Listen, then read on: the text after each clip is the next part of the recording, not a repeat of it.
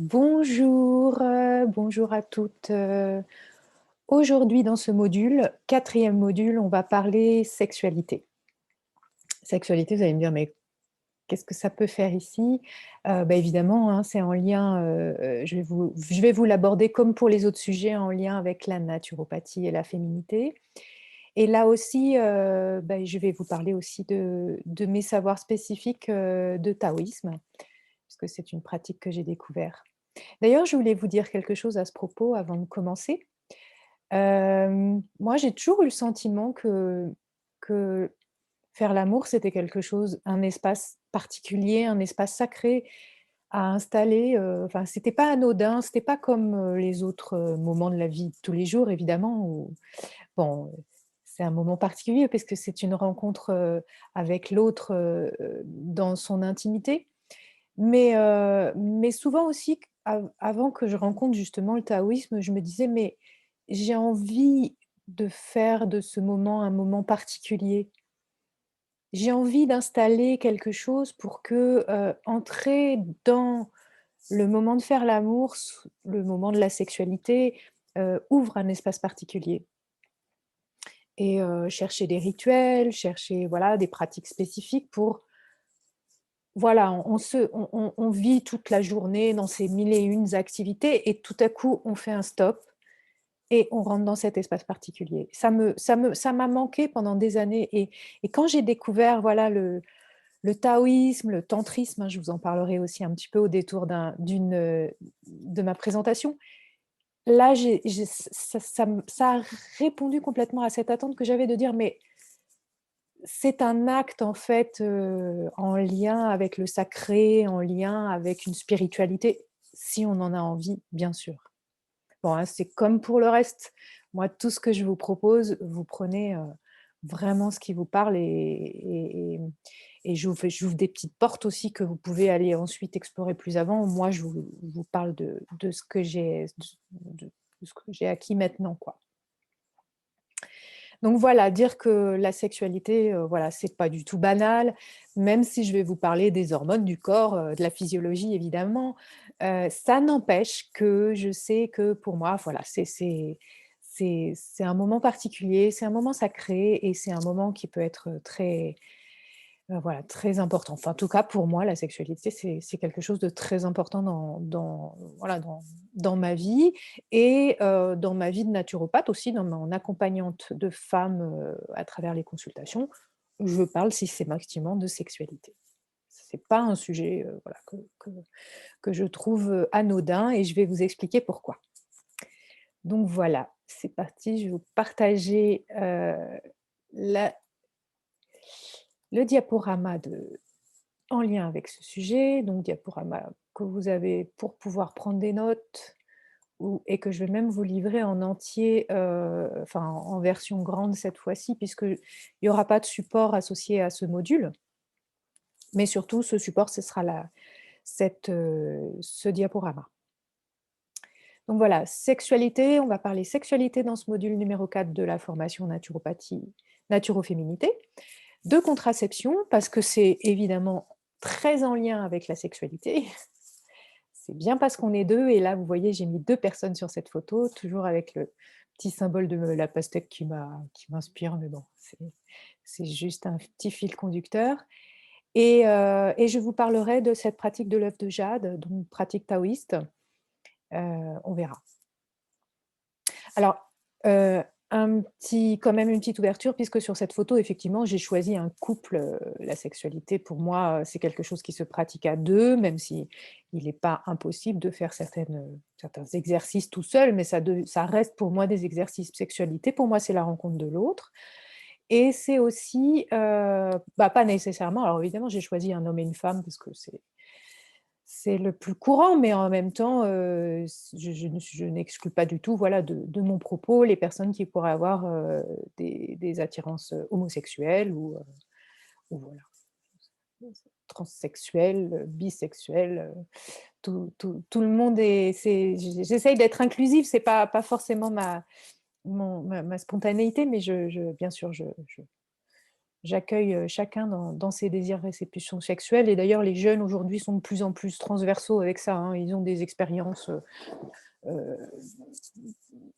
enfin, bisexuelles, homosexuelles, heu heu et cetera. Beaucoup plus facilement que ma génération, hein et c'est OK. Il y a pas d'exclusive, hein, dans mes propos. Alors voilà ce dont je vais vous parler. Donc je vais vous parler d'abord, santé et sexualité puisque, pour moi je fais quand même le lien avec la santé, hein, la naturopathie, on va voir. Sexualité et spiritualité, je vous en ai dit 2 mots, je vous en dirai un tout petit peu plus. Les ingrédients d'une sexualité épanouissante, pour autant de ce que j'en sais, hein, je ne suis pas sexologue, je ne suis pas spécialiste, mais j'ai un certain nombre d'éléments à vous livrer et notamment, ceux que j'utilise, dans ma pratique de naturopathe. Les choix de la contraception, très important et la pratique effectivement de l'œuf de jade, aujourd'hui qui a été popularisé aussi sous le nom de d'œuf de yoni. La yoni étant, le sexe de la femme, dans la tradition, la plus, en lien avec le yoga, hein, puisque le yoga s'est beaucoup développé, du coup on parle plus facilement d'œuf de yoni, mais c'est la même chose que l'œuf de jade, hein, enfin on verra les petites particularités, dans cette pratique. Voilà. Donc, je n'ai pas mis mon chronomètre, mais je vais le faire maintenant, comme ça je déborde pas trop sur, l'horaire. Hem, donc santé et sexualité, comment la naturopathie approche, la sexualité? Je vous ai mis en fait du coup que, pour moi la libido, c'est vraiment un signe de vitalité. Quand la libido s'en va, c'est qu'à un endroit, la vitalité donc en naturopathie, on parle beaucoup de cette énergie vitale, hein, qui est cette énergie qui, au quotidien, meut toutes nos cellules, qui les fait vibrer, qui les fait réagir. Hem et donc en naturopathie, notre objectif, c'est de faire monter notre niveau de vitalité. Sachant que grâce à cette vitalité, en fait, c'est l'énergie aussi qui va permettre au corps de se réparer au quotidien, hein. Si vous vous coupez un doigt, le doigt se répare tout seul grâce à cette énergie vitale, qui entraîne aussi tout un tas de réactions, chimiques, bien sûr. Donc, la libido est bien sûr un signe, d'un bon niveau de vitalité. Donc c'est intéressant de poser la question à tout un chacun, où en êtes-vous de votre, libido? Mais bon, on verra que c'est un peu plus complexe aussi. C'est l'énergie sexuelle aussi, elle là pour, pouvoir de revitaliser, c'est-à-dire qu'une box sexualité fait partie aussi des pratiques de revitalisation. Alors là, je m'entends, hein, c'est-à-dire qu'en fait, on a dans le corps, un réservoir d'énergie qui peut être mobilisé par la sexualité.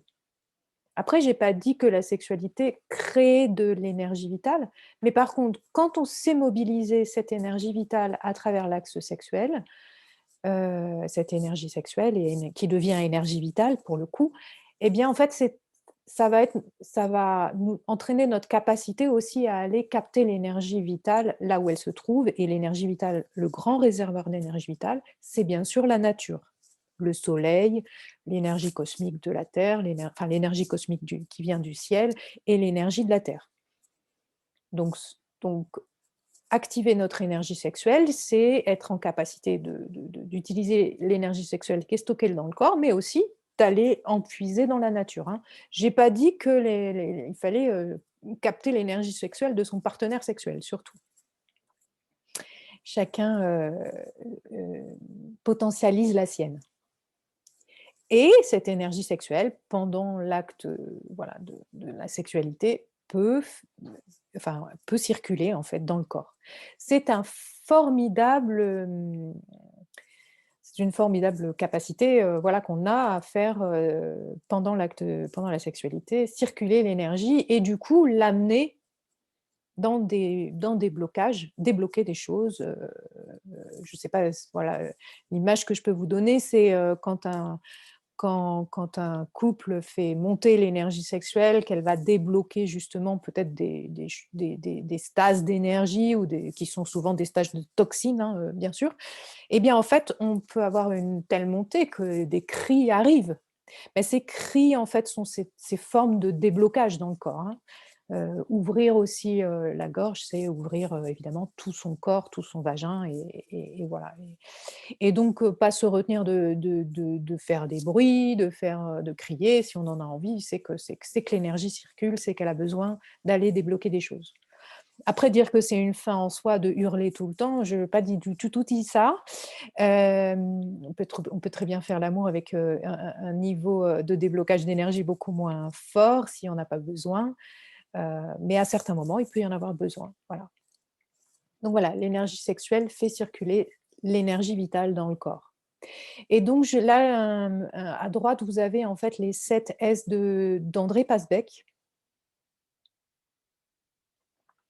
Heu, un des pères de la naturopathie en France, hein. Souvent on parle de Marchesso, souvent on parle de voilà, d'un certain de Masson, d'un enfin, un certain nombre de figures de la naturopathie en France et donc Pasbeck en est vraiment un grand, hein. Il a été un de ceux qui ont développé, la pratique et l'enseignement de la naturopathie et donc pour lui, il avait résumé avec ces 7 S, les 7 facteurs de la santé, hein, naturopathique. Donc il y avait la symbiose alimentaire, c'est-à-dire s'alimenter en symbiose, enfin dans une forme de symbiose avec son alimentation et son environnement, hein, pas manger des choses trop dénaturées ou qui viennent de l'autre bout de la terre.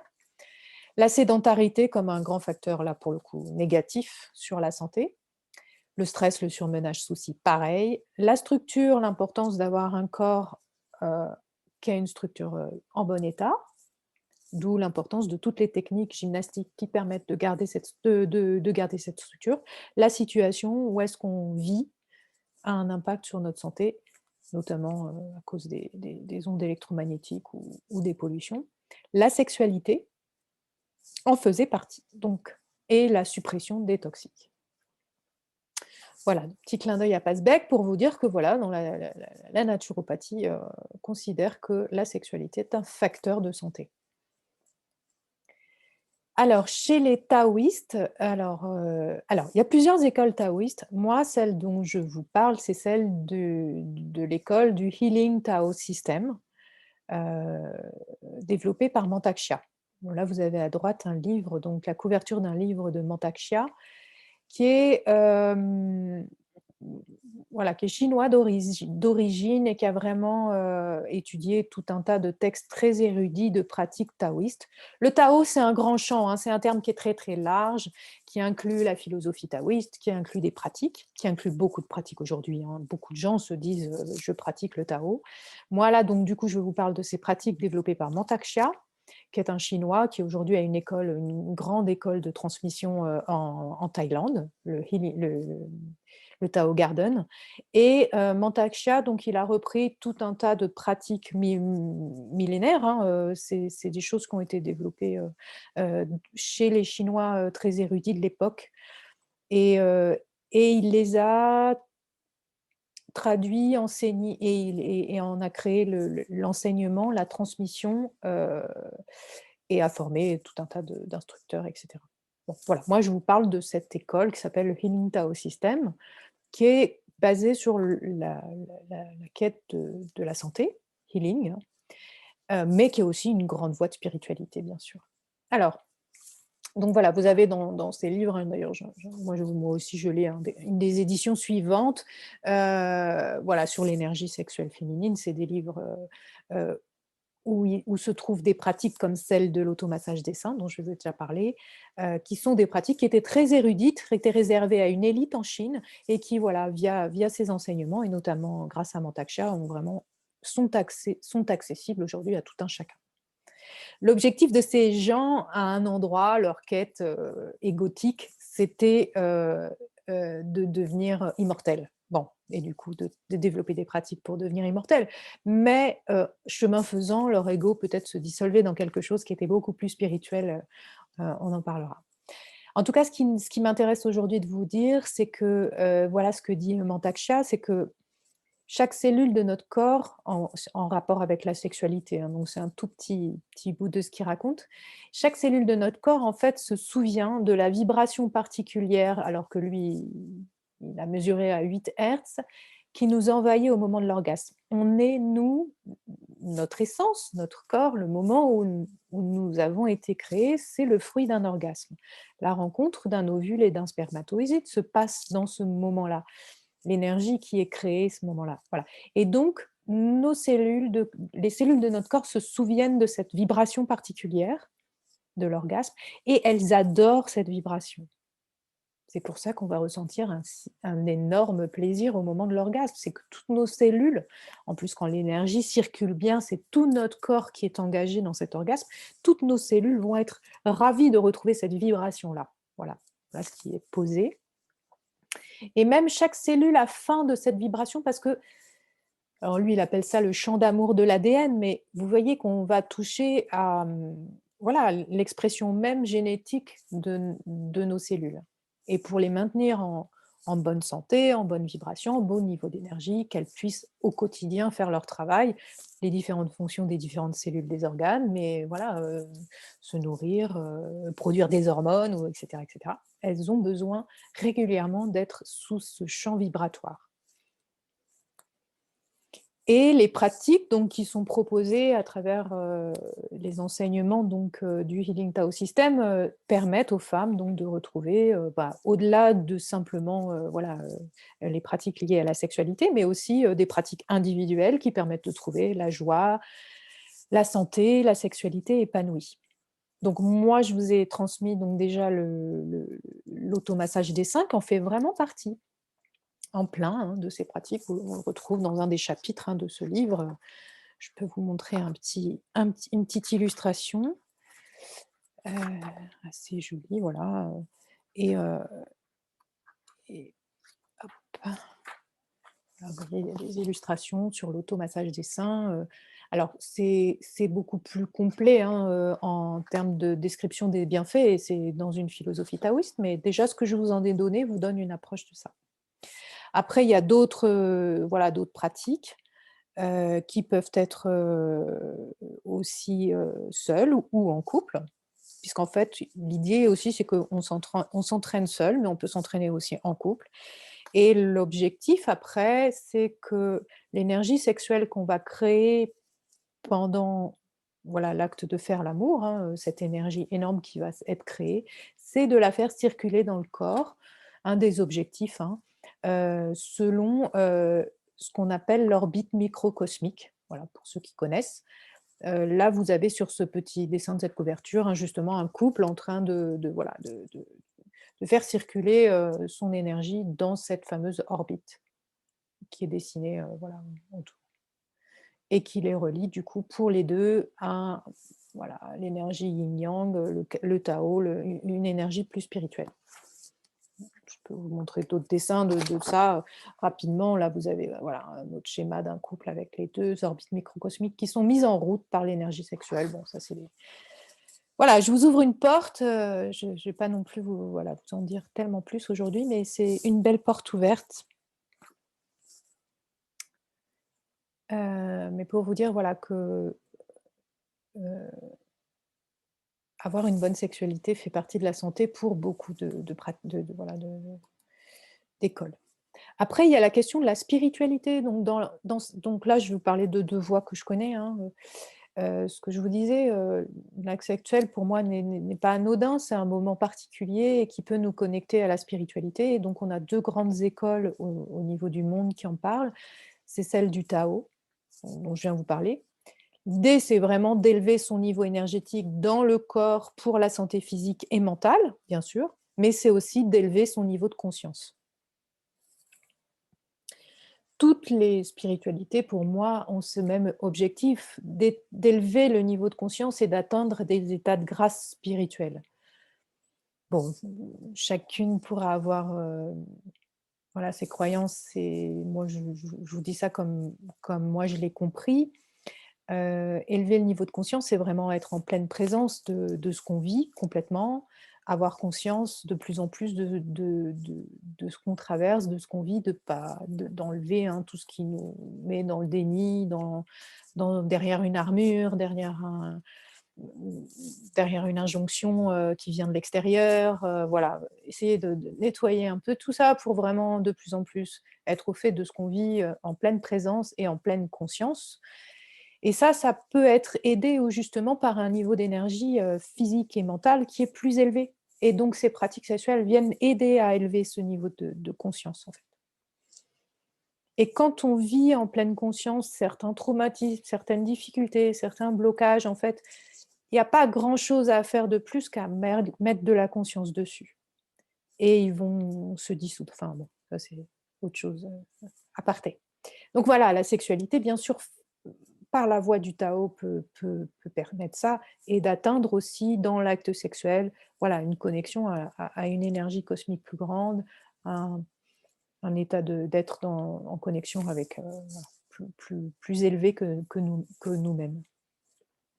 Le tantra aussi, alors le tantra, c'est comme le Tao, hein, ce que je vous en dis, c'est iti-piti rikiki par rapport à tout ce que vous pourrez voir et comprendre et entendre. Voilà, je ne sais pas si parmi vous, il y en a qui ont déjà abordé le tantra ou qui en ont déjà entendu parler. Bon, je vous ai juste retenu, voilà, une phrase qui m'a semblé intéressante dans tout ce que j'ai lu. Voilà, les tantras, c'est aussi des pratiques individuelles, mais des pratiques en couple aussi. Voilà, parce que, comme le Tao considère que la sexualité peut devenir spirituelle.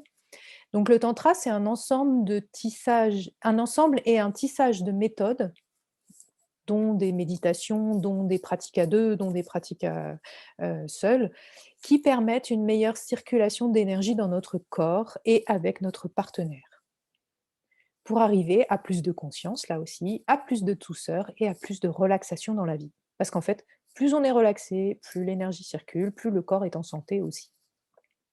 Mais là, on vise aussi voilà, l'élévation du niveau de conscience, hein.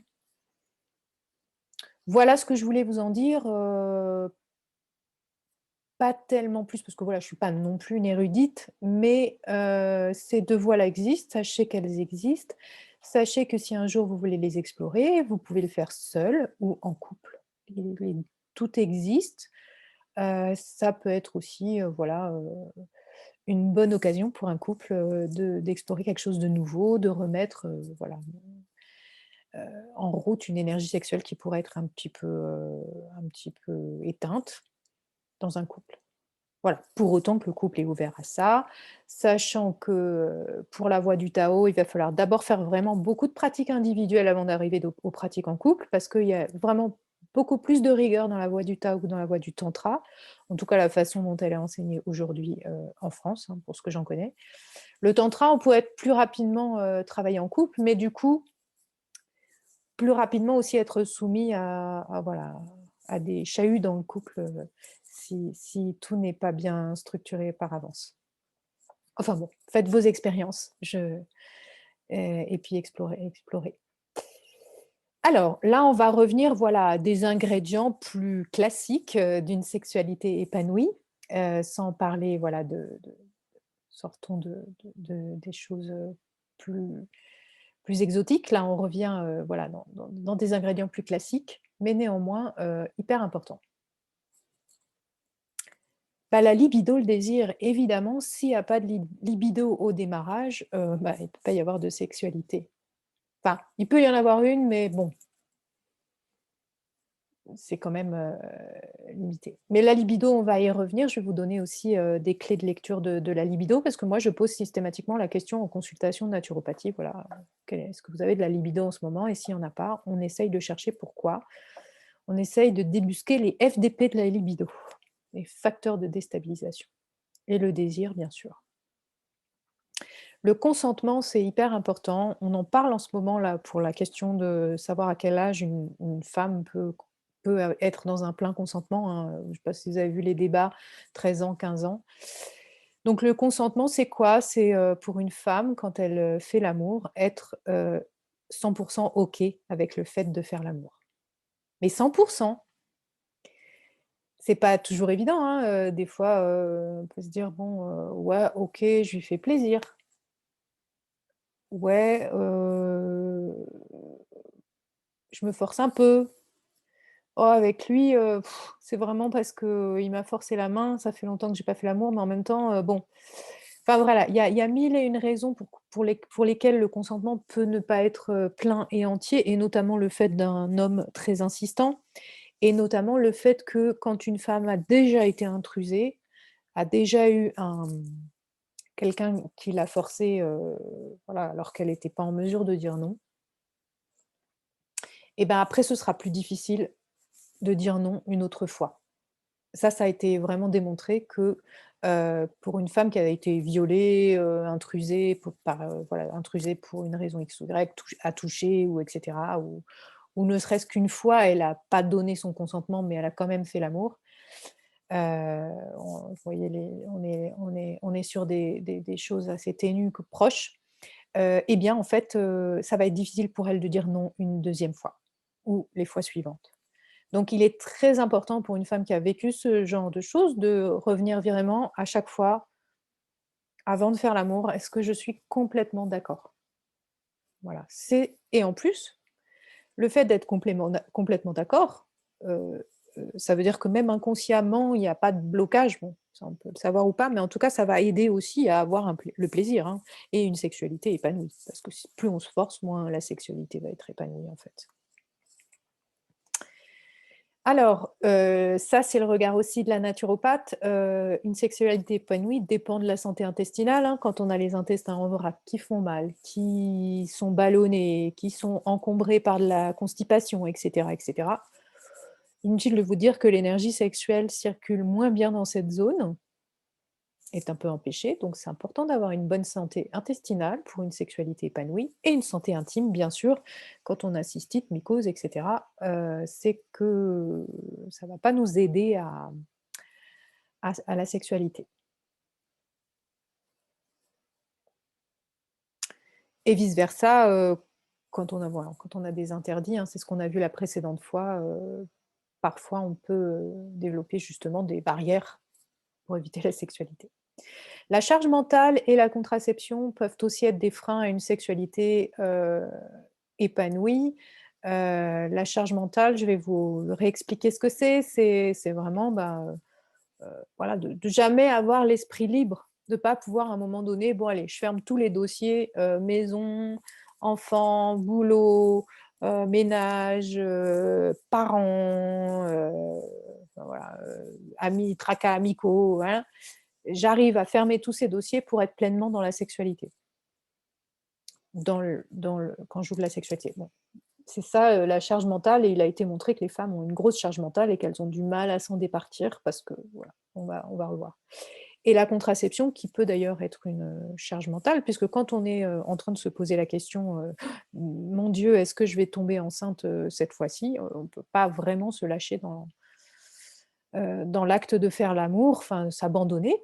C'est une forme d'abandon, hein, d'accepter d'être complètement pleine et entière là, à cet endroit-là. Abandon, ça ne veut pas dire, pas être active, hein, mais accepter en tout cas de tout ce qui peut s'y passer, et donc la contraception, bien sûr, est un facteur important. Sauf si on a envie de faire un enfant, mais ça nous arrive, voilà, dans quelques périodes, fenêtres de notre vie, mais en général, on est plutôt à ne pas vouloir être, avec une nouvelle grossesse. Lâcher le mental. Ah ça, je peux vous en parler parce que moi, ça a été un chemin. En fait, il a fallu que je fasse une retraite méditative. Une fois, je me suis lancée dans ça. Je suis j'ai eu une envie de découvrir ça, les retraites méditatives, Vipassana.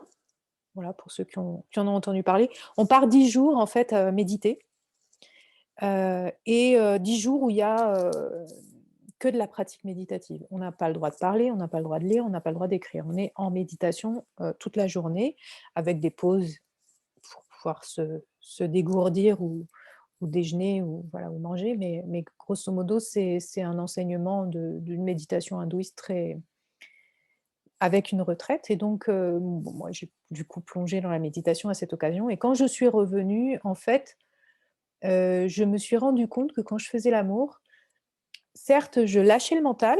Je savais à un endroit qu'il fallait pas que je sois là en train de résoudre, mes problèmes de boulot ou familiaux pour pouvoir être dans l'acte d'amour. Mais je le lâchais d'une façon, je le déconnectais un peu du corps, en fait. Et je dis: «Bon», mais il y avait d'un côté le mental qui était en train de se dire: «Allez, je lui dis stop», et de l'autre côté, il y avait le corps. Mais En fait, les 2 étaient un peu disjoints. Je fermais les yeux, hop, j'oublie tout et d'un autre côté, il y a le corps et en fait, de revenir de ces pratiques méditatives, je me suis rendu compte que lâcher le mental pour faire l'amour, c'était pas tout à fait ça. C'était au contraire ramener vraiment la conscience dans le corps et être pleinement dans toutes les sensations qui s'y passaient. Et alors ça, c'est parce que j'avais eu cet entraînement de 10 jours où en fait la méditation, c'est vraiment un entraînement aussi à sentir tout ce qui se passe dans le corps, hein. Ça fait partie des pratiques de lâcher le mental et de sentir et de revenir complètement dans le corps. Et donc voilà, donc ça, c'est hyper important pour une sexualité épanouie, hem, parce qu'on est dans une société qui est trop mentale, qui est trop là-haut, qui est trop perchée, où on est coupé de notre corps. Alors pour autant, en plus qu'on ait des coupures pour des raisons X ou Y. Et donc, comment je fais pour revenir dans le corps? Est-ce que j'ai besoin justement de me masser les seins avant pour être pleinement dans cette sensualité moi-même? Parce que l'autre le fasse, c'est trop rapide, trop brutal.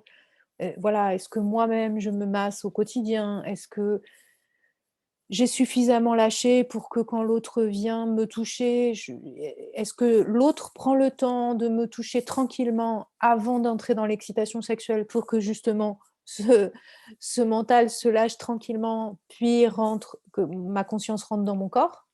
C'est hyper important et demandez à vos compagnons de vous aider à ça. Ayez des pratiques ensemble.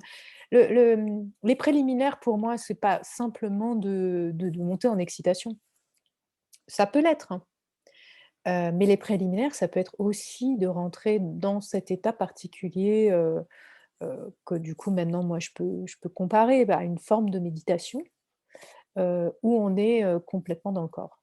C'est des états que je peux trouver aussi, j'en parle parce que certaines, pratiques aussi, le yoga, le qigong, on peut les trouver aussi ces états d'être, complètement dans la sensation du corps et pas dans le mental, voilà.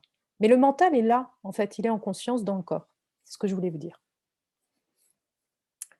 Aimer son corps.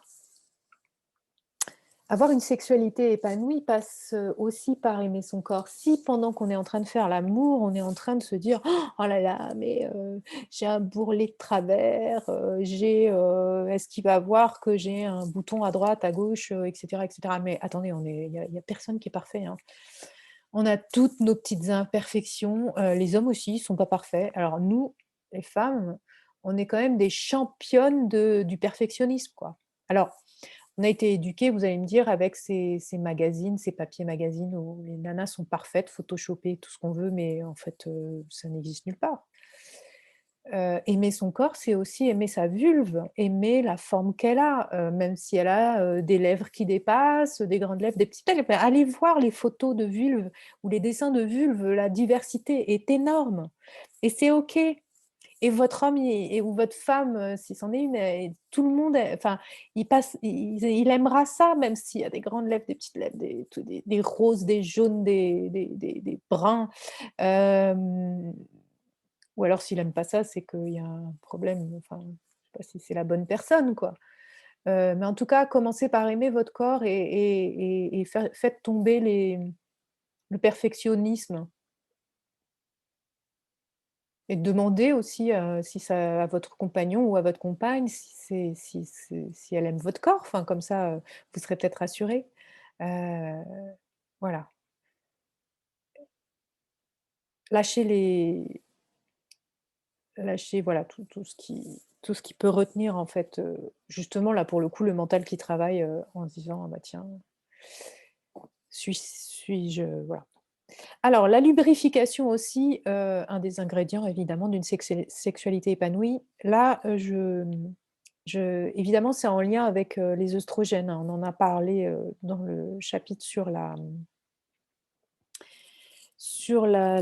vulve et le vagin, la santé intime.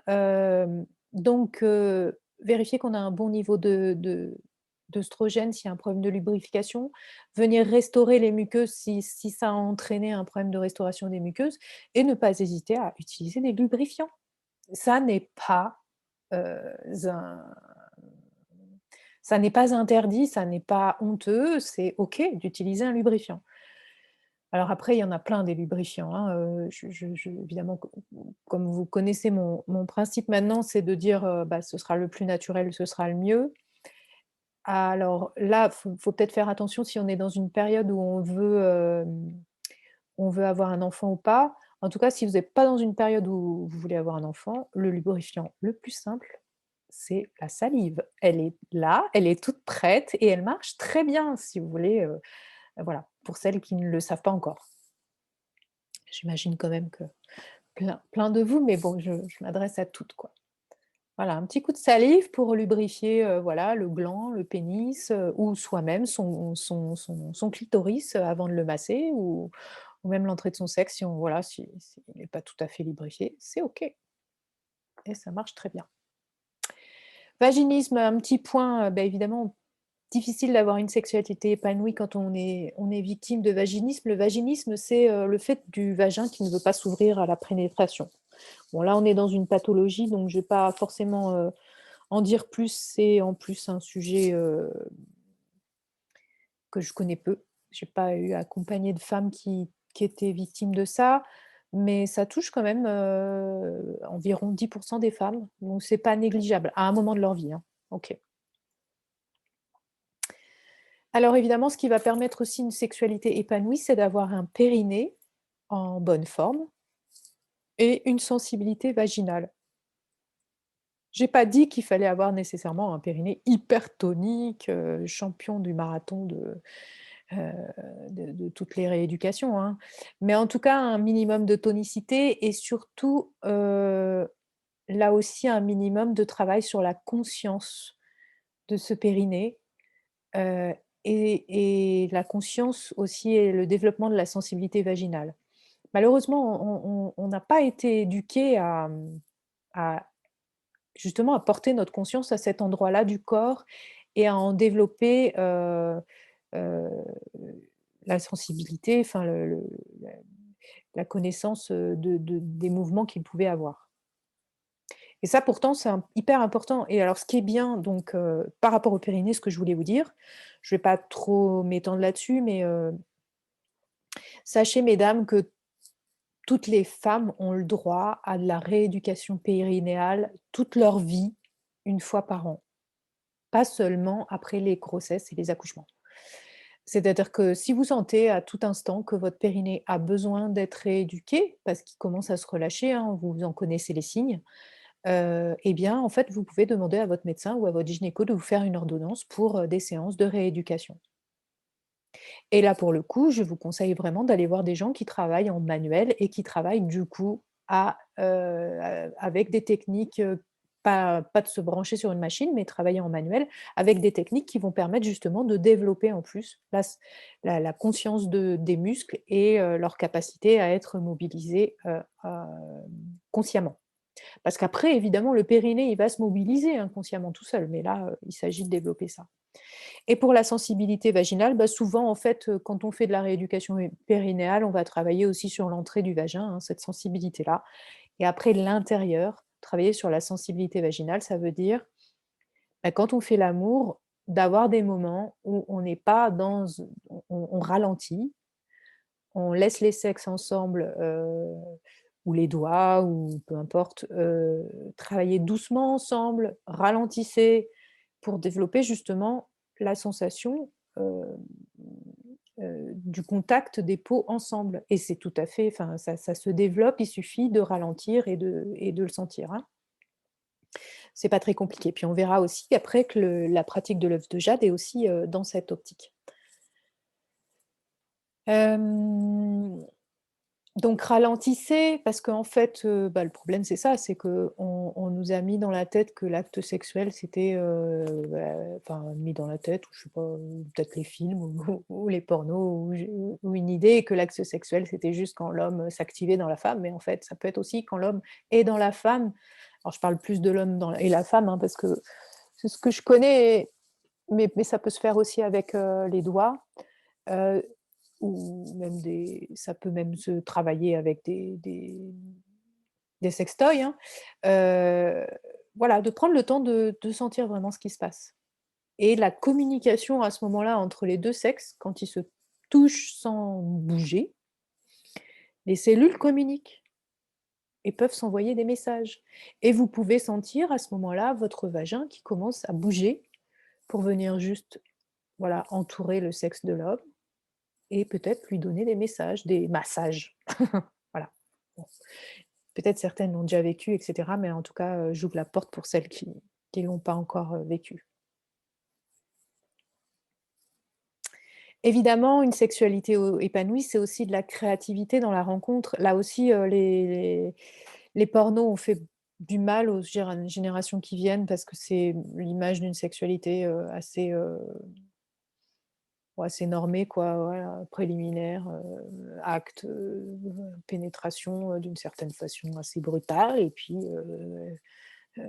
jouissance et c'est fini.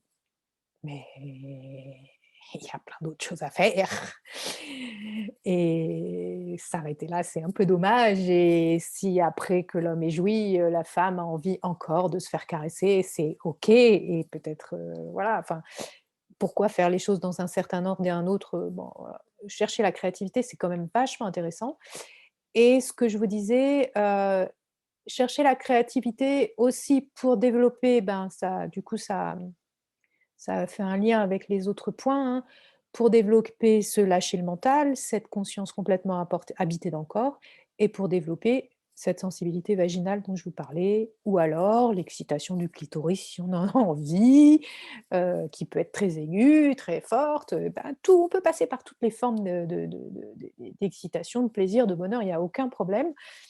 Mais savoir aussi que voilà, bah, chaque acte va être différent, Heu, en fonction de notre, cycle, on va peut-être avoir envie d'autre chose. Les orgasmes chez une femme, on a de la chance, ils sont de différentes natures. Autant profiter et pas toujours essayer d'attendre toujours le même. Ça peut être dans la détente, ça peut être dans l'excitation, ça peut être, voilà, très fort, très très doux, ça peut être des traversées d'énergie qui n'en finissent plus, enfin, voilà, explorer, explorer.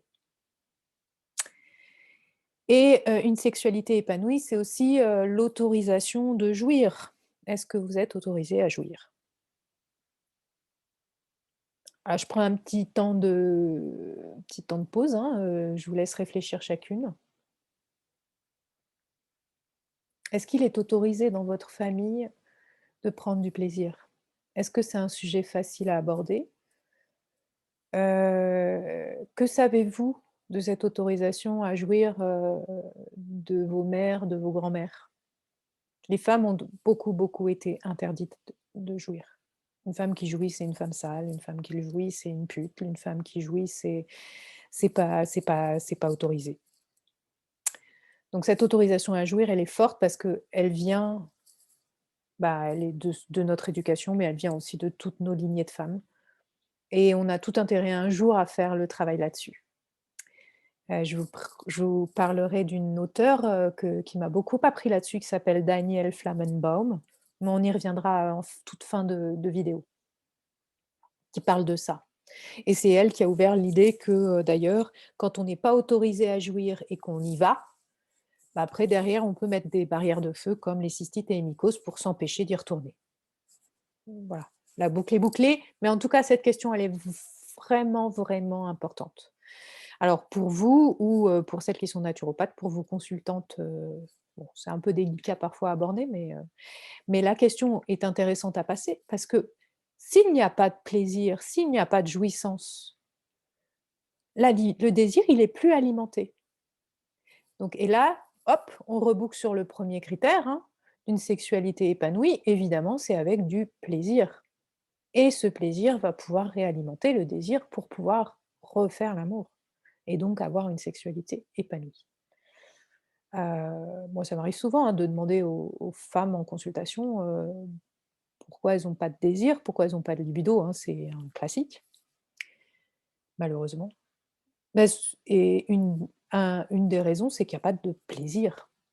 Donc pourquoi y retourner quand le plaisir, il est à moitié, quoi? Enfin, ou il est pas et où l'acte devient un acte un peu banalisé aussi par les hommes parce qu'eux, bon, leur forme d'orgasme est un peu plus même s'il peut être en fait de beaucoup plus de façons, mais en fait, dans le classique, il est assez en général assez normé et souvent il leur permet de décharger une forme de stress. Chose que nous les femmes, ça peut arriver, mais c'est plus difficile en fait, d'être dans cette optique. Donc du coup, pour eux, c'est pas compréhensible, notre perte de désir en fait. Eux, à chaque fois qu'ils ont une éjaculation, même si c'est précoce, même si c'est rapide, il y a un petit pic de dopamine, de plaisir. Voilà. Chose que nous, on va pas avoir. Donc voilà. Alors justement, puisqu'on parlait de la dopamine, bah, la libido et les hormones. Alors là, vous avez à droite une image de tout ce qui se passe physiologiquement dans le corps pendant que 2 personnes s'embrassent. Je vous enverrai le document, vous regarderez ça tout tranquillement, mais effectivement, il y a une cascade d'hormones, de neuromédiateurs qui sont produites, et voilà, tous les organes s'en trouvent, plutôt bien. Et donc moi, je vais vous appeler donc les fameuses hormones, hein, on en a déjà parlé, les voilà à nouveau. Bah, il y a l'ocytocine qui va être produite, qui va nourrir la libido et qui va être produite justement quand on s'embrasse ou quand on se touche, hein. C'est l'hormone du lien affectif, du rapport sexuel, de l'allaitement. Donc la libido, ce désir, ça va être d'aller chercher de l'ocytocine.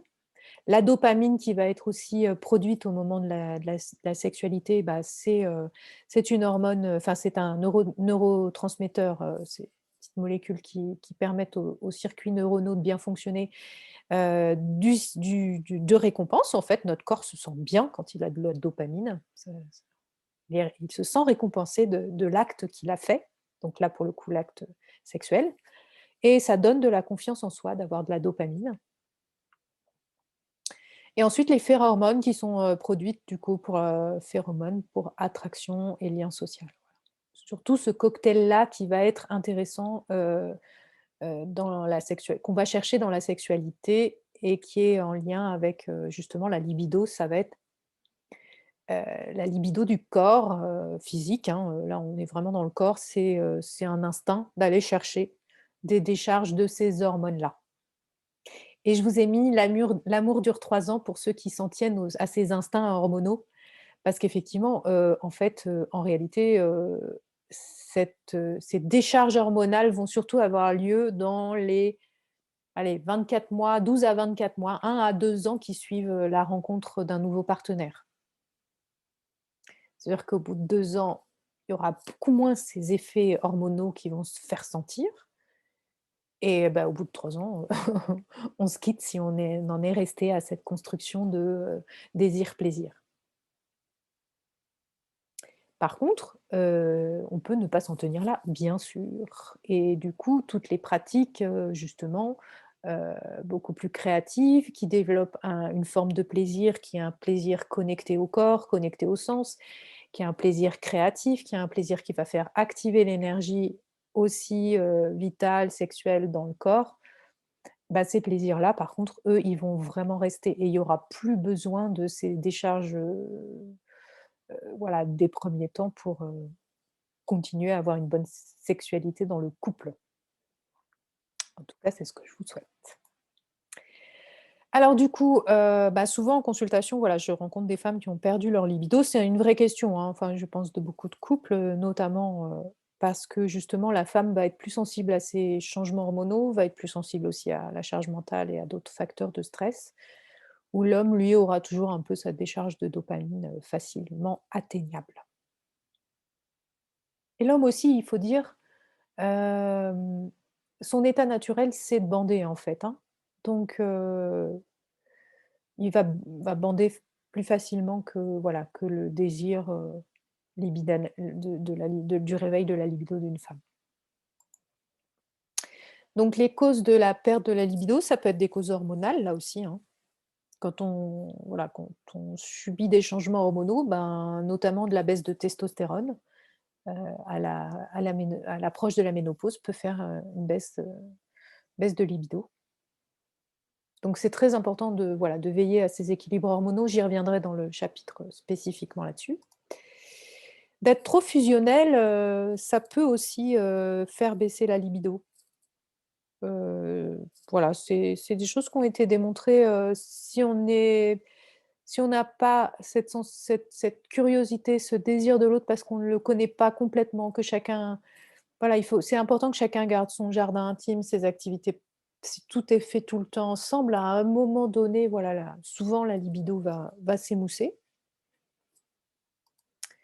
La perte de confiance en soi de l'un des partenaires peut aussi être, un facteur de perte de libido, si, voilà, s'il y a eu la perte d'un emploi ou voilà, quelque chose sur le plan social, qui a amené à une perte de confiance en soi, sociale, ou alors plus personnelle, on a, je sais pas, on a grossi et on se sent pas bien quand on est grosse et ben, on peut, voilà, perdre confiance en soi parce que les images d'Épinal de papier glacé veulent qu'on soit toutes, taille 38. Ben, voilà, ça peut être un facteur de perte de confiance en soi qui amène une baisse de libido. Ça, je le rencontre aussi souvent, c'est l'insécurité ou la colère dans le couple. Si la femme a une colère envers, son compagnon ou sa compagne, ça va très difficilement être très difficile d'accéder au désir pour l'autre. Donc c'est bon d'avoir un principe de voilà, une hygiène du couple, de se parler, de faire percer les abcès, d'avoir, aussi en termes de sécurité, de ne pas attendre toute la sécurité de l'autre, mais d'avoir sa propre sécurité, nous, en tant que femmes. Parce que si l'autre, pour une raison X ou Y, bah, il perd sa capacité à nous rassurer, bah, nous, on a notre propre sécurité, on l'attend pas de l'autre et du coup, on n'a pas notre libido qui s'émousse de ce fait. Le stress, la charge mentale, bien sûr, font baisser la libido chez une femme, c'est sûr. Pas La fatigue ou la dépression, le fait d'être sur une période de fatigue chronique, fatigue longue durée, peut entraîner aussi, une baisse de libido. Les burn-out et cetera. Là, les surrénales sont complètement dans les chaussettes, à plat et en fait, toutes les cascades hormonales sont, au ralenti, en fait et du coup, le corps a beaucoup plus de mal à se mettre en route pour, la libido. Ça peut aussi se manifester par le corps qui devient insensible, en fait. Si on est trop fatigué, le corps, il se met une espèce d'armure ou en burn-out, hein, une espèce d'armure à la sensibilité pour que, justement, on le laisse tranquille, on le laisse se régénérer sans y toucher. Voilà, puis bon, la dépression peut être liée aussi à une perte de confiance en soi, on reboucle, hein, sur ce sujet et la perte de libido, ça peut aussi être en lien avec un traumatisme ou un traumatisme qui se réveille avec une situation particulière. Si on a été, voilà, si on a été violé, intrusé, ou traumatisé d'une façon ou d'une autre, hein, sans que ce soit même en lien avec la sécurité, avec la sexualité pardon, bah, dans ce cas-là, on est sous le coup du traumatisme et on ne peut pas tellement avoir de libido. Donc c'est important de travailler sur les traumatismes, d'autant plus dans la période actuelle qui fait remonter des traumatismes, hein. On vit une pandémie qui est, une espèce de traumatisme collectif et si les traumatismes individuels n'ont pas été réglés, ils peuvent réapparaître dans l'occasion. Le fait d'être confiné, par exemple, en famille, peut faire remonter des traumatismes. Le fait d'avoir peur d'un virus peut faire remonter des traumatismes en lien avec la peur. Enfin, voilà, tout ça ou culpabilité ou et cetera, et cetera. Donc, soyez attentifs si vous avez vécu des traumatismes, voilà, d'aller vers des thérapeutes qui vous aident à les réparer, à les surmonter. Il y a plein de techniques, hein, pour ça. N'hésitez pas à me demander si ça vous intéresse, en tout cas, ou des techniques ou un travail, interne. C'est difficile de s'en sortir tout seul d'un traumatisme. Heu, il faut faire appel, voilà, à des techniques particulières. Moi, j'ai eu en consultation, par exemple, une femme, dont le traumatisme, ça avait été l'accouchement. On le dit pas forcément assez, mais des fois, j'ai des récits d'accouchement, en consultation, c'est de l'ordre du traumatisme, hein.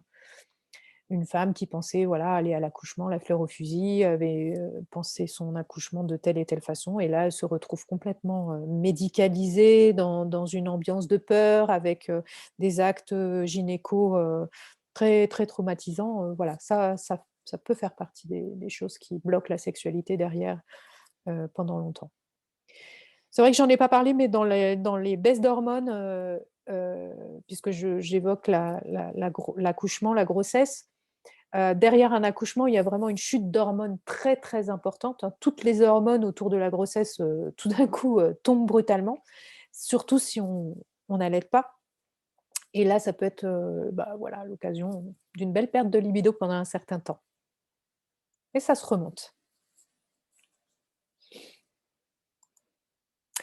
Et le manque de plaisir et d'orgasme, j'en reviens à ce que j'ai dit dans la précédente diapo. S'il n'y a pas de plaisir, s'il n'y a pas d'orgasme, en fait, ça fait chuter la libido.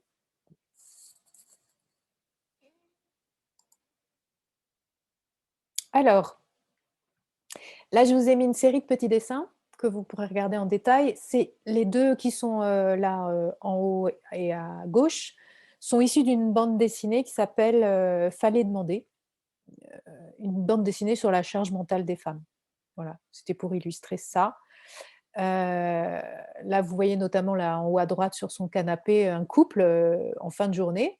Lui, bah, voilà, il se repose, il a à peu près la charge mentale, heu, vide, heu, alors qu'elle, elle est déjà en train de faire sa liste de courses, de penser qu'il faut prendre rendez-vous chez l'ophtalmo pour, le petit dernier, de se dire qu'elle a oublié d'organiser le pot de départ de son collègue, enfin, tout un tas de choses que vous lirez. Acheter une nouvelle partition de piano pour Louise, prévenir mes parents qu'ils vont garder les filles, pendant les vacances.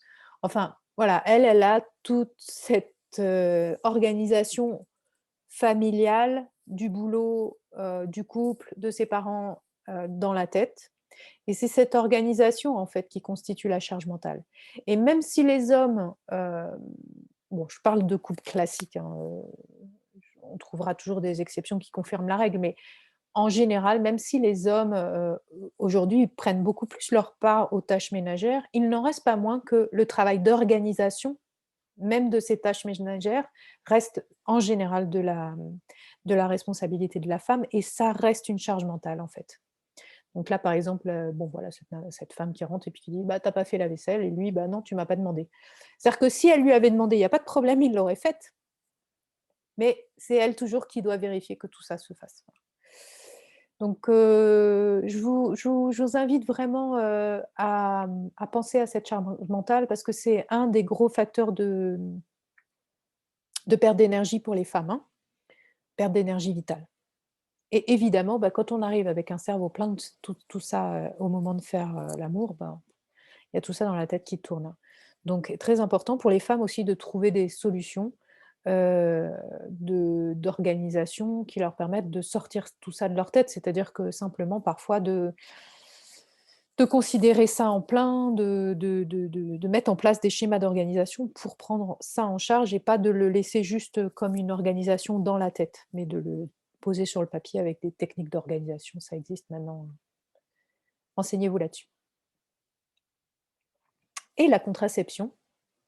Regardez cette petite vignette en bas d'une autre BD, d'une autre auteure. Dit: «Ça te dirait de prendre, une de prendre une contraception?» «Oh bah, c'est un truc de fille!» Voilà. Donc la contraception se rajoute à la charge mentale des femmes. C'est rare que ce soit partagé à égalité, dans un couple fertile, donc homme et femme. Donc petite pause avant que je vous parle de la contraception. Hop, non, c'est pas ça que je voulais faire. C'était une pause d'enregistrement. Hem,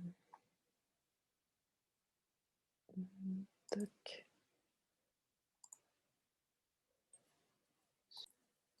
Alors, c'est reparti, on continue l'exploration de la sexualité et de la contraception maintenant. Contraception, c'est bien la gestion de la fertilité du couple, hein. C'est pas simplement, la gestion de la fertilité de la femme. Si elle est toute seule, il y a pas de besoin de contraception et ça, on l'oublie trop souvent. Donc là, je vous ai mis voilà, un petit dessin qui dit, la meilleure, voilà, un petit dessin avec tous les modes de contraception et évidemment la meilleure contraception, c'est celle qu'on choisit en conscience, c'est-à-dire en toute connaissance de cause, des avantages et des inconvénients de chaque type de contraception à chaque moment de sa vie. Quelque chose qui peut convenir à un moment pour une raison X ou Y ne conviendra pas pour un autre moment. Là, vous avez donc, tous les modes, hein, ils sont très nombreux. Souvent, on se réduit, à la connaissance de la pilule ou du stérilet ou et de la capote. Mais en réalité, il y en a bien d'autres. Notamment, bon, bah, en fait, à gauche, hein, vous avez tout ce qui est du ressort de la contraception chimique, pilule, patch, implant, anneau vaginal. Ensuite, on a le stérilet qui peut lui être, associé aussi à de la chimie ou simplement, au cuivre. Les préservatifs masculins, féminins, le diaphragme, la cape cervicale qui sont des dispositifs, internes, hein, de préservatifs internes, de barrières comme les préservatifs, de barrières internes. Les spermicides, qui sont des crèmes, chimiques pour tuer les spermatozoïdes, la stérilisation, qui est le mode de contraception le plus répandu dans le monde pour les femmes, le plus utilisé en fait, dans le monde, hein, je parle. Les méthodes naturelles, on y reviendra, et les progestatifs injectables. Donc là, on rejoint, la chimie du départ. La chimie du départ, hein, pilule, patch, implant, ce sont des et donc injection de progestérone, ce sont des mécanismes en fait qui viennent agir sur le système hormonal pour arrêter les cycles. Alors évidemment, ce qu'on va demander, quand on va choisir, une contraception, la première chose qu'on va se demander, c'est quelle est sa fiabilité. Et donc là, vous avez des schémas de l'Organisation mondiale de la santé sur l'efficacité. Donc à chaque fois, vous avez pour chaque contraception qui est étudiée dans cette, étude, l'efficacité, théorique et l'efficacité réelle en usage courant. Il y a souvent une différence. Donc là, vous avez, à gauche des méthodes dites traditionnelles, un peu anciennes, un peu maintenant aujourd'hui heureusement, abandonnées, qui sont, une méthode juste celle qu'on appelait la méthode Ogino du calendrier, méthode statistique prédictive, très très faible résultat, hein, 75 ça veut dire qu'un rapport sur 4 avec la méthode Ogino, aboutissait à une grossesse, qui est quand même très un peu catastrophique comme efficacité. Le retrait, aussi assez, mauvais comme efficacité, encore plus mauvais. Et donc ce qui va nous intéresser ensuite, c'est effectivement, les préservatifs là à droite, qui ont des résultats plutôt bons, 85-79, enfin le préservatif féminin certainement parce que c'est beaucoup plus difficile à utiliser, hein. Bon, qui ont des résultats, voilà, à ce niveau-là. Le stérilet au cuivre qui a des très bons résultats. La pilule, regardez la pilule, les résultats de la pilule, en théorie 99, en pratique 92. Ça veut dire qu'il y a quand même des grossesses, avec la prise de la pilule. Parce que dans efficacité en usage courant, c'est difficile de prendre la pilule, très régulièrement, alors notamment pour celles qui sont à prendre à horaires réguliers, mais même toutes les autres, hein, on n'est pas à l'abri en réalité, d'un oubli, et ça c'est une réalité, il n'y a pas à s'en culpabiliser, c'est juste un usage courant qui est comme ça. Et finalement, la méthode symptothermique, dont la contraception naturelle, qui elle a des résultats très intéressants et qui sont quasiment identiques entre la théorie et la pratique. Parce qu'en réalité, les femmes qui utilisent cette méthode, je vous en parlerai plus avant, heu, ont un ont été éduquées pour cela et donc un très bon niveau d'observance de cette méthode. Il y a eu une éducation, un apprentissage. Voilà, c'est donc la première chose à se poser, pour une femme, c'est si je veux une contraception, laquelle je choisis? Un, par rapport à son efficacité et par rapport à la situation dans laquelle je suis. Je souhaite à aucune femme, voilà, d'aller, vers un avortement. C'est toujours une expérience assez traumatisante. Et 2, quel est l'effet évidemment après l'autre paramètre, ça va être l'effet de cette contraception sur la santé, bien sûr. Et bon après si c'est pris sur une optique médicale, c'est un autre sujet, hein. Là, je suis dans le sujet uniquement, contraceptif. Donc voilà, quel est l'impact sur ma santé? Et ça, je trouve que les gynécologues, ne parlent pas du tout assez de l'impact sur la santé, réelle des différentes contraceptions et notamment de la pilule, qui a quand même des effets, aujourd'hui, on le sait, très importants sur la santé des femmes et pour moi, la pilule, ça fait partie du French paradox. Ce French paradox, c'est qu'en fait, 70 des prescriptions de contraception, chez la jeune fille, c'est la pilule, hein. Elle est très, très prescrite en France, très très, voilà, très très systématiquement donnée aux jeunes femmes, en tout cas. Après bon, quand il y a des facteurs de risque plus tard, c'est moins, mais ça reste quand même, en France, la contraception la plus prescrite. Heu et pourtant, en France, il y a beaucoup d'IVG et c'est ça le paradoxe, en fait. C'est qu'en réalité, les femmes c'est ça rejoint la question de l'efficacité, en usage courant. C'est qu'en fait, les femmes, inconsciemment, elles ont pas envie de enfin, il y a un endroit où, ben, elles vont oublier leur pilule pour des raisons X ou Y, mais souvent qu'inconsciemment, elles sont pas d'accord à 100 de prendre cette pilule. Parce qu'aujourd'hui, on le sait, hein, les effets sur le corps, on a des femmes qui se sont de plus en plus éveillées à voilà, aux questions d'écologie, aux questions de santé, naturelle, et du coup, est-ce que c'est complètement OK de prendre cette pilule? Est-ce que c'est complètement OK aussi par rapport à son compagnon? C'est-à-dire que c'est ce que je disais dans la charge mentale, c'est toujours moi qui m'occupe de ça. Donc voilà, pour toutes ces raisons, inconscientes ou conscientes, à un moment donné, il va y avoir oubli ou il va y avoir décalage de prise et grossesse indésirable et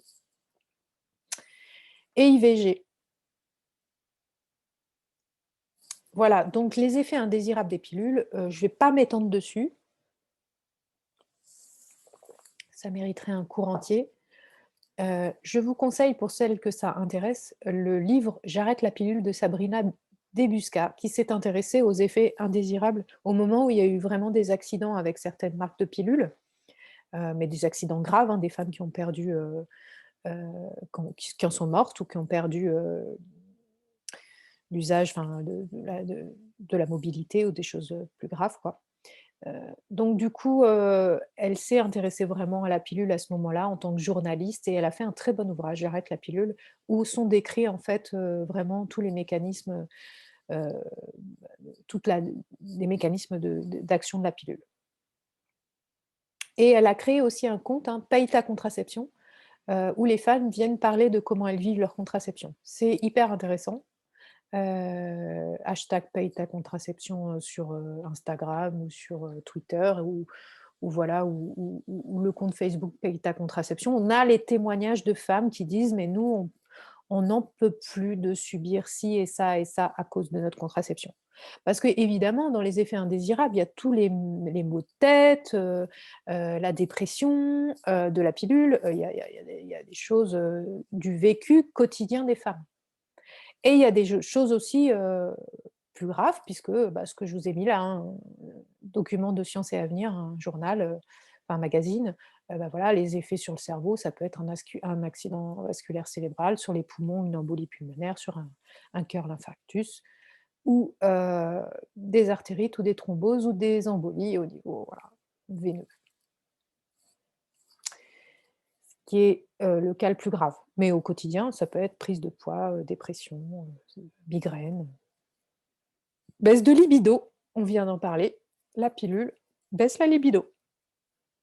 C'est un effet reconnu. Donc, et en plus, la pilule éloigne la femme, de sa féminité, puisqu'elle a plus de cycle et qu'on l'a vu quand même, le cycle, c'est quand même quelque chose de constitutif de la féminité. Voilà, mais pour autant, si à un moment de la vie ça doit être une nécessité, bah, c'est un passage. Mais en tout cas, pour moi, c'est pas une fin en soi la pilule et surtout pas pour, le long terme. Je pourrais pas le conseiller sur le long terme, vu les dégâts sur la santé que ça fait et notamment en termes de carence, en termes de voilà. Et derrière, récupérer quelqu'un qui arrête la pilule, pour relancer le cycle, c'est compliqué.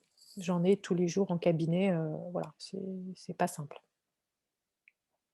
Donc, voilà ce qu'il faut connaître, c'est qu'aujourd'hui, on a une méthode de contraception naturelle qui existe, qui est fiable, et qui, est appropriable, par toutes les femmes, sans condition. Il s'agit de la symptothermie. Alors sympto parce qu'on va suivre un certain nombre de symptômes, heu, auto-observer un certain nombre de symptômes pour savoir où on en est dans son cycle, et thermie parce que parmi ces indicateurs de suivi, il y a la température.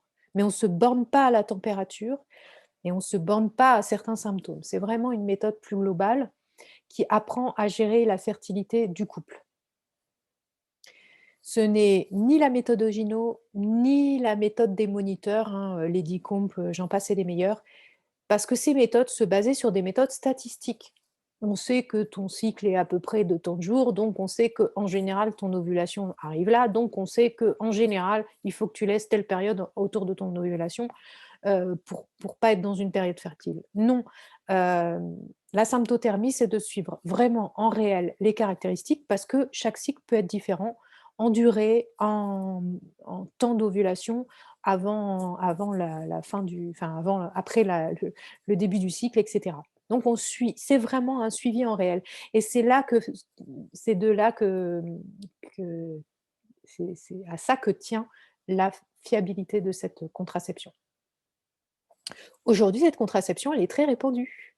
C'est pas un petit truc de très, voilà, réservé à un tout petit groupe de femmes dans un coin, qui vivent, en autarcie, hein. C'est répandu. Il y a plein de femmes qui s'y sont mises, notamment dans des milieux plus auto-écolos et plutôt jeunes, mais maintenant ça commence à se déployer partout, et du coup ça en fait, en plus, d'autant plus sa fiabilité. C'est qu'il y a des écoles, il y a des apprentissages, il y a des méthodes qui sont, accessibles.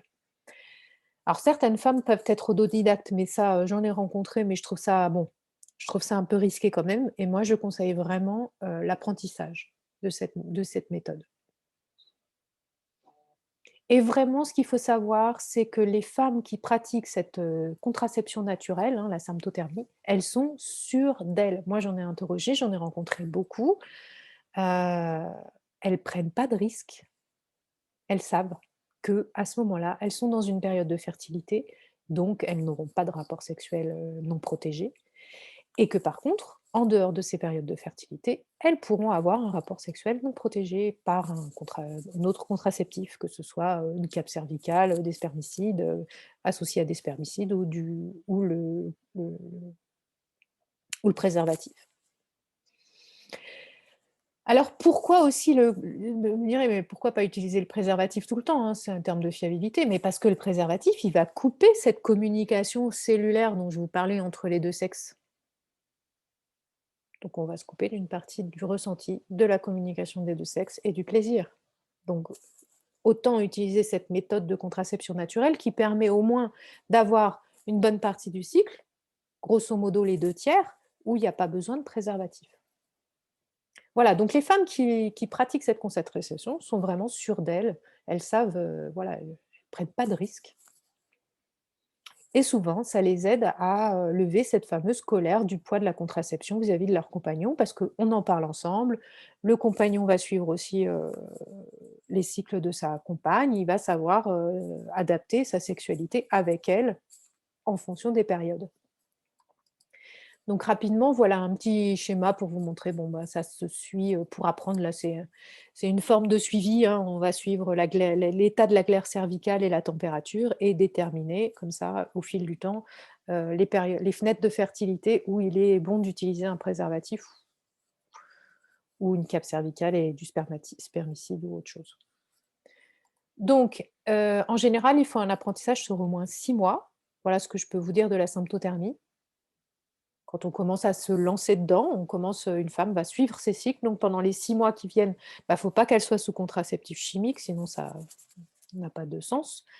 Si elle a un stéri Elle peut commencer sous stérilet, heu et c'est mieux qu'elle fasse cet apprentissage, voilà, elle peut commencer aussi une femme peut commencer cet apprentissage avant d'avoir un compagnon, mais enfin, d'être en grandeur réelle, c'est pas mal aussi. Il faut qu'elle soit accompagnée d'une monitrice, c'est-à-dire que d'une enseignante en symptothermie, en général, on parle de monitrice, qui va lui apprendre au début, bah, à mettre en place, ce suivi, hein, avec, les voilà, par exemple, ce graphique, hein, ça peut être un exemple, il y en a plein d'autres. Ça peut être sur ordinateur, ça peut être sur une application. Donc il va apprendre à faire ce suivi et qui va lire avec la femme, sur plusieurs cycles ce qui s'est passé pour lui apprendre à interpréter la lecture de ces graphiques, enfin de ces résultats de données, quoi, de température et de glaire cervicale. Ça peut être fait en couple évidemment, c'est mieux que ou seul. Mais moi j'ai connu j'ai envoyé des gens sur des monitrices de symptothermie qui recevaient le couple, hein. C'est un engagement du couple. Et tout à coup, l'homme peut se sentir aussi partie prenante du coup de la contraception et de la sexualité, enfin de la sexualité et de la contraception qui va avec. Alors les bénéfices de la symptothermie, bah, on suit son cycle. Tiens, tiens, on reboucle sur, le suivi du cycle et du coup, on est connecté à notre féminité et on aide l'axe hypothalamo-hypophysaire ovarien à bien fonctionner. Pour toutes les femmes qui ont des cycles irréguliers, justement, qui ont du mal après la prise de la pilule ou des cycles irréguliers pour une raison ou une autre, le fait de le suivre régularise le cycle parce que le cerveau se connecte à ses ovaires par la pensée, mais aussi par cet axe hypothalamo-hypophysaire. C'est constaté. Et on constate aussi, que les femmes qui se suivent comme ça, du coup, elles ont un regard sur leur cycle en fonction de leur, hygiène de vie ou de leur stress ou de leur, des événements de vie. C'est-à-dire qu'elles vont se rendre compte par ce suivi que, bah, si elles ont fait, une grosse fête, une nuit blanche, des excès pendant une semaine, bah, le cycle, il va être perturbé, il va pas être le même. Ou alors que s'il y a eu un gros choc émotionnel, un deuil, un gros stress, le cycle va bouger aussi. Donc c'est hyper intéressant aussi comme autoconnaissance de l'effet, de son hygiène de vie et de ses émotions sur notre propre physiologie et du coup une envie peut-être aussi d'être plus, en santé. Voilà, donc pour aussi, voilà pour la contraception. Je voulais passer maintenant à la pratique de l'œuf de jade.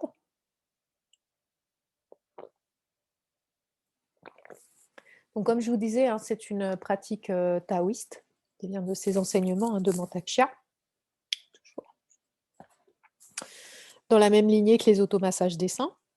Donc il s'agit en fait, voilà, vous avez, historiquement ça s'appelle l'œuf de jade, parce qu'ils étaient en jade. Là vous avez, sur cette image, des très beaux, œufs de jade justement, de cette pierre qui est précieuse. Donc aujourd'hui c'est plus difficile, hein, de trouver de la vraie jade parce que c'est une pierre précieuse qui vaut très, très cher. Mais voilà, historiquement, en Chine, c'était cette pierre qui était utilisée et donc dans une pratique où on introduisait cet œuf dans le vagin, muni de sa petite cordelette. Voilà, on l'introduisait alors dans l'autre sens, hein, là, ils pendent au bout de leur corde, mais en réalité, on l'introduisait, la grosse partie vers le haut. Et on faisait chez les taoïstes, on pratiquait des exercices avec. Ça va être des exercices, pour, justement développer les muscles. Parfois certaines femmes pendaient même au bout de ces ficelles, des poids pour développer vraiment la musculature du vagin. Donc déjà, rien que le fait de l'introduire et ensuite de le faire bouger, remonter, descendre, ça fait bouger, ça fait travailler la musculature, hein. On fait travailler aussi les muscles du périnée si on le porte et qu'on on va qu'à ses activités. Le fait que l'œuf justement, ait son poids, en fait, va obliger le périnée à soutenir et à se fermer pour soutenir, l'œuf et pas et qu'il tombe pas. C'est très vite fait, hein, de laisser tomber un œuf, si on a le périnée pas musclé et ça fait travailler aussi les tendons. Alors ensuite, dans les pratiques, il y a aussi toutes les pratiques pour, s'entraîner à guider l'énergie sexuelle dans le corps. Donc ce que je disais, quand l'énergie sexuelle est créée au moment, où on fait l'amour, hein, on sent bien qu'il y a une énergie importante qui est créée à la base dans les sexes et ben, en fait, la faire circuler, la faire rentrer dans le corps et la diriger, soi-même, vers, un organe malade ou à travers l'orbite microcosmique qui permet d'alimenter, en fait, tous les foyers, d'énergie, vitale Voilà, c'est par ces pratiques, en fait, de musculature du vagin et ensuite d'envoi de l'énergie qu'on sent de cette musculature, on peut s'entraîner avec l'œuf de jade pour qu'au moment de l'acte sexuel, on sache le faire. J'en avais parlé aussi, hein, pour les cystites, pour éviter que cette énergie stagne, à ce niveau-là et du coup vienne détériorer les organes quand elle est trop forte, notamment, la vessie, par des cystites, hein. Donc c'est très important de faire circuler cette énergie et les œufs de jade, en fait, étaient intéressants pour ça. Il y a aussi, l'effet de la lithothérapie, en fait, lithothérapeutique, j'ai marqué. C'est-à-dire que la nature de la pierre a aussi un effet, sur le corps, comme toutes les pierres, hein. Elles ont une vibration particulière, c'est important de les entretenir et cetera et cetera. Donc ce que je vous disais, à l'époque, on utilisait la jade. Aujourd'hui, on parle beaucoup des œufs de yoni, hein, puisque le yoga est plus à la mode que le qigong ou que le taoïsme. C'est la même chose, sauf que parfois ils ont pas ces ficelles parce qu'il y a moins cette tradition avec l'œuf de yoni de travail des muscles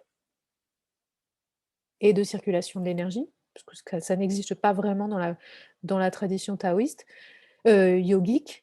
Par contre, il y a plus développé ce côté, différents types de pierres. Aujourd'hui, on en trouve de toutes sortes et alors, voilà, là, je vous laisse explorer le champ si ça vous intéresse ou si vous êtes branché, voilà, sur, la lithothérapie. On va choisir un jaspe rouge pour ceci, un quartz rose pour ceci et cetera. Bon, ça me parle moins, donc je n'en parle pas, mais sachez que ça existe si vous êtes branché litho et que dans ce cas-là, bah, on introduit l'œuf et on le porte peut-être toute une nuit pour laisser justement l'effet de la pierre se faire ou toute une journée ou quelque temps et on sent, voilà cette connexion à son vagin qui se fait tout de même, même en plus de voilà. Je vais arrêter le partage aussi pour vous montrer, du coup quelques œufs. Hem, donc voilà, il y a différentes tailles, hein, voilà, bon, donc par exemple, moi j'en ai, hein, c'est un œuf à peu près de la même taille que celui qui était sur la photo, mais on peut avoir des beaucoup plus petits. Ah, ça c'est en jade. Bah, là aussi j'ai un œuf de jade. Bon, c'est pas des jades aussi belles que celles, que je vous ai montrées sur la photo, mais c'est tout de même on en trouve, hein, et on a des plus petits. Là, c'est en quartz rose. Et en fait, avec les plus petits, bah, avec les grands, on va s'entraîner au début pour, voilà, développer cette sensibilité. Avec les plus petits, on va aller pouvoir développer une sensibilité encore plus fine et travailler, voilà. Et donc quand on va voir des enseignantes en Healing Tao System, hein, on trouve des stages pour apprendre à utiliser les œufs de jade dans les pratiques taoïstes. Bon, on trouve aussi, hein, sur internet pas mal d'infos et de bouquins sur les œufs de yoni, ça c'est pas mal développé. Et ce dont je voulais vous parler aussi, c'était des boules de geisha. Donc moi, j'avais trouvé ça, alors je ne sais pas si on voit très bien, Geisha Balls. Cette marque, voilà, dans un salon zen, en fait, là, le principe, c'est de faire travailler aussi son vagin et son périnée. On va introduire, là, pour le coup, des boules. C'est des traditions de geisha, là. Vous voyez de quoi je vous parle? C'est des petites boules, en fait, qui contiennent à l'intérieur des boules elles-mêmes, des petites billes, en fait. Voilà, c'est des petites boules comme ça, avec à l'intérieur des petites billes qui viennent en résonance. Et donc, on va les mettre, pareil, dans son vagin. Et quand on va bouger, en fait, la petite bille qui est à l'intérieur, qui vient bouger et taper contre les parois de cette boule-là, qu'on va introduire, va en fait stimuler la circulation, la microcapillarité, la sécrétion, là où tout peut être un peu endormi à cause d'une période d'abstinence, par exemple, ou par manque de tonicité suite à, voilà, un relâchement, après une grossesse ou et cetera. Ces petites boules, donc en général, on en met 2 et il y a plusieurs poids. On va travailler avec des poids de plus en plus lourds pour justement tonifier de plus en plus. Les mettre par exemple avant d'aller faire un footing ou quoi, voilà, on en met 2 et en plus les 2 ensemble vont aussi travailler. Donc c'est intéressant de les connaître si ça vous parle. Hésitez pas à tester ce genre de pratique, que vous soyez en couple ou non, que vous ayez un compagnon ou non, que vous ayez une pratique sexuelle en tout cas. Si vous n'en avez pas, c'est bien, heu, de continuer à entraîner, sa sensibilité avec ces outils-là, œufs de jade ou boule de geisha. C'est la marque, Geisha Balls que j'ai trouvé très bien. voilà, à l'usage et dans son hygiène et dans sa présentation, je trouve qu'elle est chouette. Voilà de ce dont je voulais vous parler dans ce module. Bon, comme d'habitude, n'hésitez pas à poser des questions. N'hésitez pas à faire des pauses aussi dans les vidéos si vous trouvez ça beaucoup. Moi, j'ai le soleil qui arrive, le soleil du soir. Alors, juste avant de passer à la pratique de la semaine, je vais vous montrer une vidéo. Alors, j'espère qu'elle va bien passer. Heu, une vidéo donc de Daniel Flabenbaum. Je vous conseille vraiment à toutes de lire son livre, Femme désirée, femme désirante. Je pense que c'est un livre, toute femme devrait l'avoir lu et toute naturopathe encore plus et toute gynéco, aussi. Heu, je vais la laisser, parler puis, et voilà, je vous conseille vraiment de regarder. Si le son ou l'image est pas assez bon, on retrouve très facilement cette vidéo sur YouTube, hein. Si vraiment, ça vous est insupportable, passez-la et allez la regarder après sur YouTube et après cette vidéo, je vous parle de l'exercice de la semaine. Daniel Flammenbaum. Mince, j'ai sauté trop vite. Et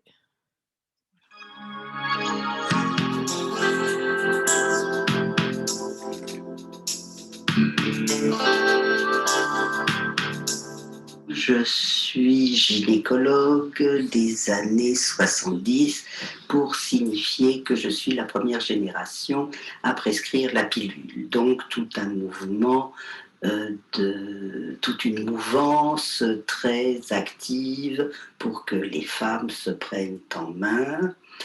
Et je découvre 12 années plus tard la médecine chinoise, j'apprends l'acupuncture où j'élargis mes capacités de soins pour soigner les femmes et découvrir la notion énergétique de notre vie, j'ai envie de dire, qui correspond aussi à ce dont parlaient Françoise Dolto et Didier Dumas, l'image inconsciente du corps.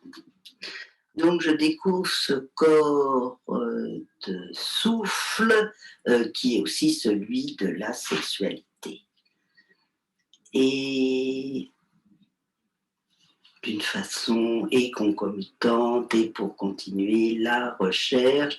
Moi, je suis aussi très intéressée de la psychanalyse transgénérationnelle qui parle de comment nous héritons d'une histoire sociale et collective et d'une histoire individuelle et familiale, pour croiser tout ça et finir par écrire un livre qui s'appelle Femme désirée, femme désirante, où je témoigne comment la sexualité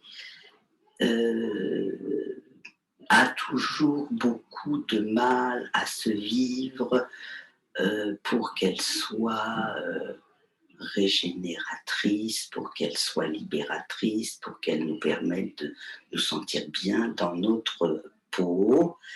Et pourquoi elle a autant de mal à se vivre encore à l'heure actuelle, c'est parce que nous sommes encore tributaires au niveau de notre mémoire cellulaire d'un passé tout à fait restrictif où le plaisir et la jouissance étaient tabous et complètement et un péché de chair.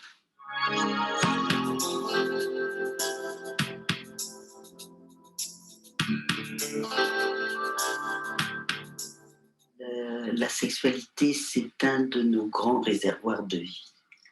Donc, c'est lui qui nous permet d'entretenir nos forces, notre santé, notre dynamique, hein, et de bien permettre à nos organes d'être en bonne santé.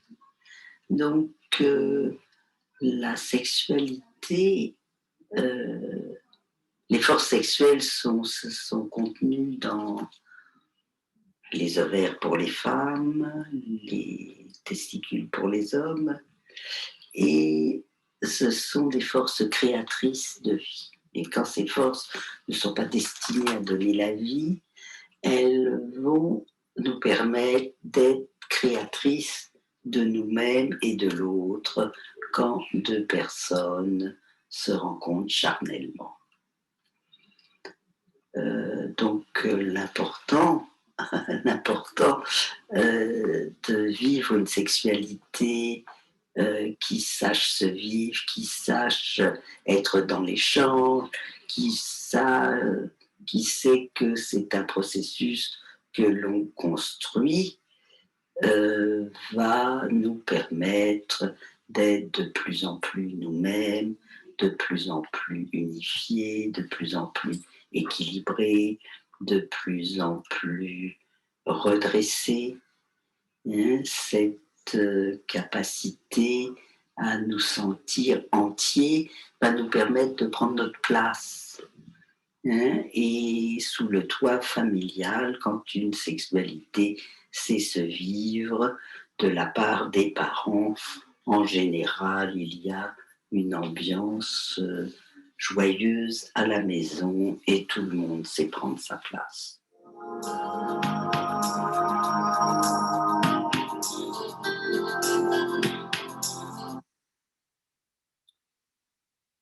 Alors, je remets mon micro. Donc voilà, vous avez entendu Daniel Flammenbaum qui redit un peu avec ses mots ce que je vous ai dit, mais son ouvrage est vraiment intéressant parce qu'elle parle vraiment aussi de l'approche psychosomatique des troubles gynécologiques. Par une gynéco, c'est intéressant, et de tout ce qui est sexualité. Donc, juste avant de vous parler de l'exercice, pour celles qui voudraient expérimenter le Tao, j'ai oublié de vous dire, mais je vous conseille pour commencer ce livre qui s'appelle Sexualité féminine, celles qui voudraient l'explorer par elles-mêmes. Hein. C'est un livre assez simple des pratiques taoïstes, parce que celui-là est plus compliqué. Donc voilà, c'est Binge Drouet Rousseau. Mais je pourrais vous remettre les références. Et en plus, il y a un DVD pour aider aux pratiques, pour celles qui n'auraient pas l'occasion de pouvoir aller faire un stage et qui voudraient s'y mettre.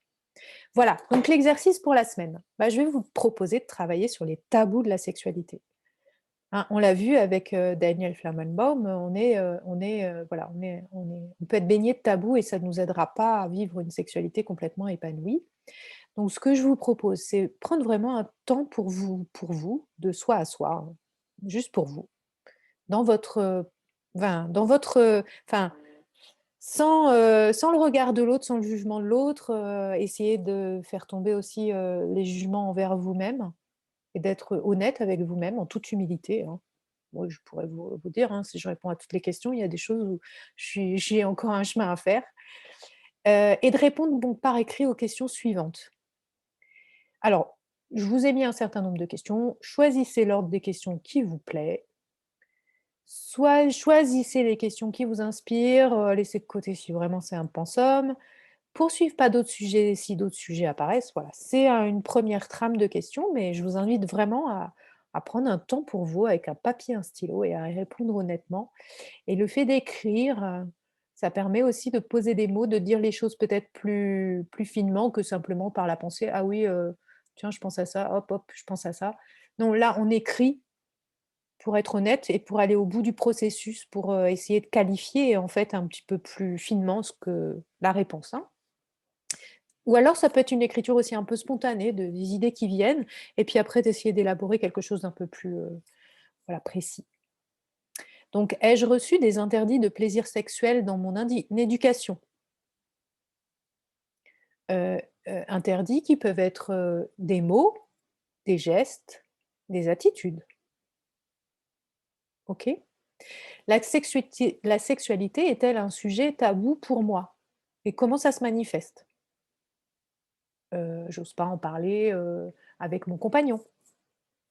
C'est pas un sujet de conversation facile. Ça, c'est un tabou.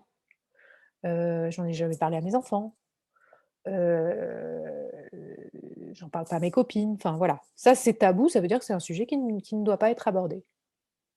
Bon là, vous voyez, hein, moi j'ai ouvert la parole, on continuera. Est-ce que j'ai des complexes qui m'empêchent de m'abandonner complètement dans la rencontre sexuelle? Soyez honnête avec vous-même. Les nommer, les pointer, mettre de la conscience dessus vous aidera largement à les surmonter.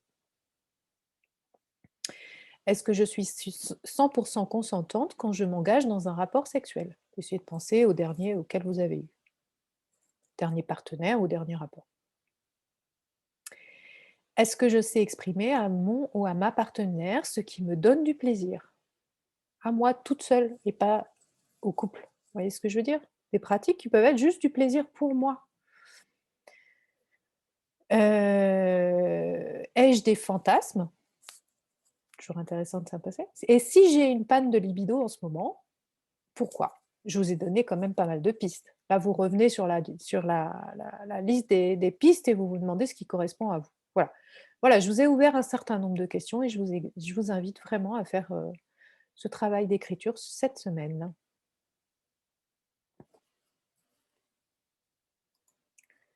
Voilà, merci à toutes de votre attention, j'espère que ça vous aura donné envie pour celles qui en ce moment n'ont pas une sexualité complètement épanouissante de la retrouver ou pour celles qui en ont une d'en profiter et de remercier la vie dessus.